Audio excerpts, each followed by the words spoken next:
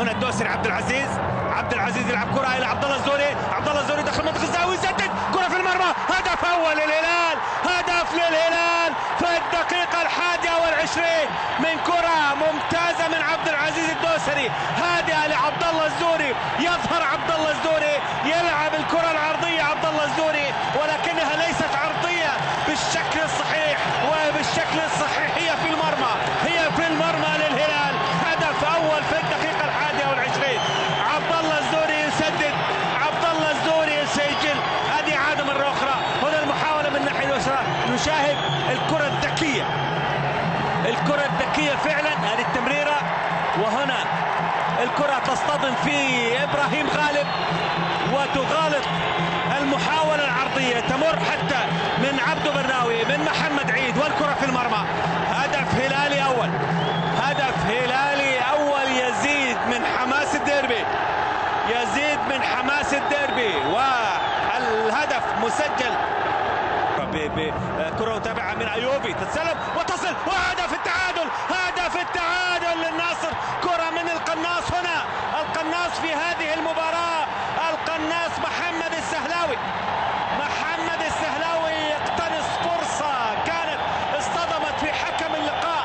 وهذا جمال الديربي، ليس التسجيل للنصر، ولكن أن يكون الحديث بعد ذلك عن حكم اللقاء الذي كان في طريق هذه الكرة التي أغضبت ياسر الشهراني وتحمس معها عندما قطعت، وكانت هجمة خطيرة للهلال. ارتدت، سدد أيوبي، اصطدمت في دفاع الهلال، وعندما وصلت إلى محمد السهلاوي اللي تواجد بشكل ممتاز خلف عبد القادر منجان، وأيضا بعيدا عن متابعة اللاعب محمد صالح نامي، وسجل النصر هدف التعادل في الدقيقة الثانية. يوب يونغ سو للهلال إلى ياسر الشهراني، ياسر يحاول يمر عرضية عالية، ويسلي لوبيز، جول!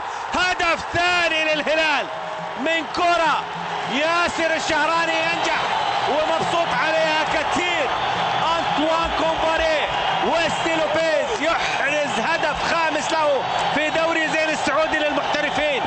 ويسلي لوبيز بالعرضية المميزة، بالعرضية المتقنة من ياسر الشهراني، يسجل للهلال هدف ثاني في الدقيقة 15. هذه عادة مرة أخرى عالية، وبين الظهير الأيسر حسين عبد الغني بين عبدو برناوي، يقفز عاليا ويسلي لوبيز يضع الكرة على يمين حارس المرمى عبد الله عنزي. هدف ثاني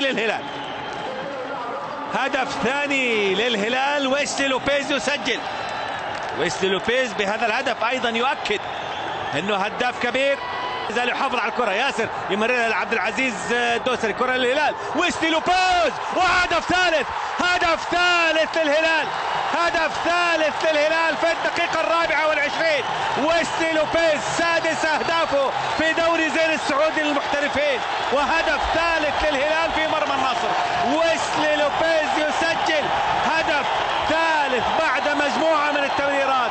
الخطورة عندما يكون ياسر الشهراني في وسط الكرات الهلالية بالفعل هنا، لكن التمريرة الأخيرة كانت من عبد العزيز الدوسري في وسط دفاع النصر تماما، مررها رائعة. ويسلي لوبيز على طول يخلص، هذا اللاعب يخلص بالفعل ويسدد كرة في المرمى على يسار حارس المرمى عبد الله العنزي. هدف ثالث للهلال في الدقيقة 24 من زمن شوط المباراة الثاني. الهلال تقدم في شوط المباراة الأول، تعادل النصر.